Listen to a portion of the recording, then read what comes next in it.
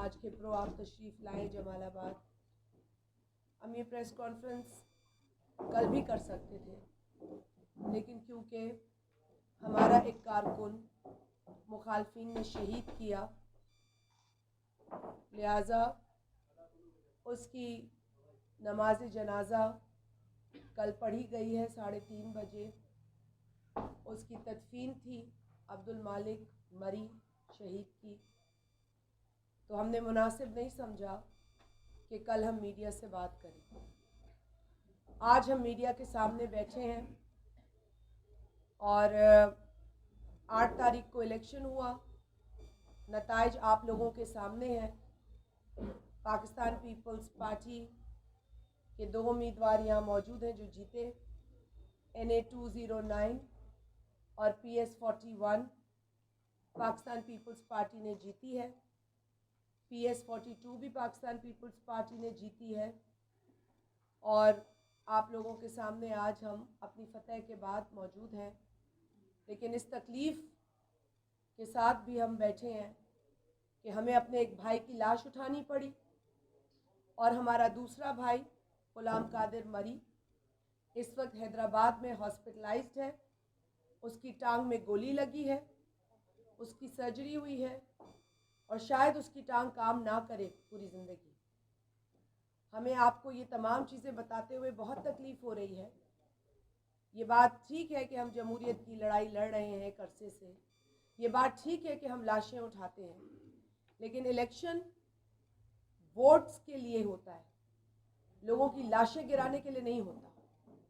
मैंने इलेक्शन से पहले बेरानी में एक प्रेस कॉन्फ्रेंस की थी और वहाँ पर भी आप सहाफ़ी हजरात मौजूद थे। आप लोगों की मौजूदगी में मैंने ये बरमला कहा था कि अगर 8 तारीख को हमारे किसी वोटर, हमारे किसी साथी, हमारे किसी कारकुन को कोई भी नुकसान पहुंचा तो इसका ज़िम्मेदार मैं GDA को, अपने मुखालफिन को ठहराऊंगी। मैंने पहले ही ये वार्निंग दी थी, क्योंकि मुझे जो मेरा मुखालिफ था उसकी जो ट्रैक हिस्ट्री है वो कुछ इसी तरह की है। वो इसी तरह इलेक्शन लड़ने में यकीन रखते हैं। आपने देखा है कि पीपल्स पार्टी से भी उन्होंने इलेक्शन लड़ा, लेकिन कुछ अरसे से वो पीपल्स पार्टी से दूर थे, क्योंकि वो अमन पसंद और जमहूरियत पसंद शख्स नहीं है। और यही हुआ, हमारे जो मुखालिफ हैं उन्होंने इंतशार, उन्होंने वायलेंस, उन्होंने बदमाशी के तरीके इख्तियार किए। आज मैं आपके सामने हूँ। सबसे पहले मैं 8 तारीख को जो हुए वाक़यात मुख्तलिफ़ इलाक़ों में, उसकी शदीद मज़म्मत करती हूँ।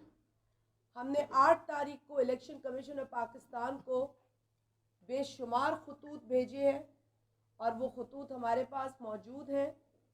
मैं जहाँ जहाँ अपने मीडिया के भाइयों से मिली हूँ, मैंने उनसे कहा कि ये ज़्यादती हो रही है, पोलिंग स्लो कराई जा रही है, ख़वातीन पोलिंग स्टेशंस पर मर्दों को भेजा जा रहा है, औरतों को रोका जा रहा है पोलिंग से, उनको डराया जा रहा है।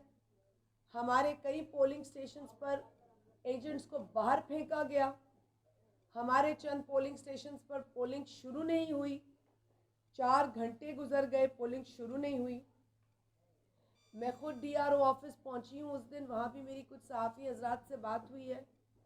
मैं चक नंबर 10 पे गई हूँ, वहाँ पर भी लिस्टों का मसला हुआ है। वहाँ पर चक 33, 32 और 36 बल्कि वहाँ पर गंद हुआ है, गोलियाँ चलाई गई हैं। यहाँ खिपरों में गंद हुआ है, उधम मचाया गया है।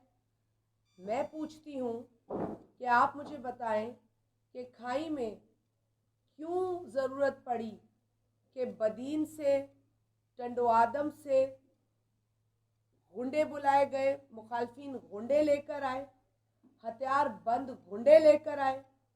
वो खून रेजी कराने की नीयत से आए थे, वो हंगामा कराने की नीयत से आए थे। और मैं इस वक्त उस SHO को भी ये ज़िम्मेदार समझती हूँ जो खाई में पोस्टेड था और अभी भी है, जिसका नाम है रियाज महेसर। वो SHO जो कि वक्त पे नहीं पहुंचा, फायरिंग के नतीजे में हमारा भाई अब्दुल मालिक मरी शहीद हुआ, गुलाम कादिर मरी ज़ख्मी हुआ। वो SHO वक्त पे पहुंचा नहीं और उसने वक्त पे भी कार्रवाई नहीं की और अभी तक उसने कार्रवाई नहीं की।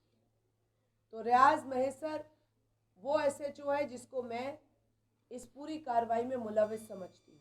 और मैं इस वक्त, क्योंकि हमारी हुकूमत अभी कायम नहीं हुई है, जो कि इंशाल्लाह जल्द कायम होगी, लेकिन मैं केयर टेकर गवर्नमेंट को भी इस SHO का नाम दे रही हूँ। और आप मेहरबानी कीजिए, आप मीडिया हैं, आवाज़ है हमारी, आप ये आवाज़ आगे लेके जाइए। और साथ ही साथ इस पूरी कार्रवाई, इस पूरे इंतशार, इस पूरी बदमाशी के पीछे हमारे मुखालफिन, सबसे पहले मोहम्मद खान जुनेजो, वो सरपरस्ती करता रहा इस पूरे एक्शन की।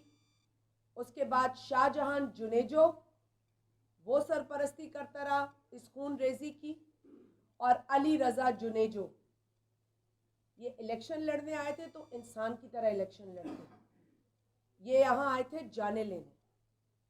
तो मोहम्मद खान जुनेजो हमारा मुजरिम है, हमारा मुजरिम शाहजहां जुनेजो है, जिस पर पहले भी FIR कटी है सांगड़ में जो वाक़या हुआ उसके वजह से। और उसने फेसबुक पे ये कहा कि मुझे FIR क्या करेगी।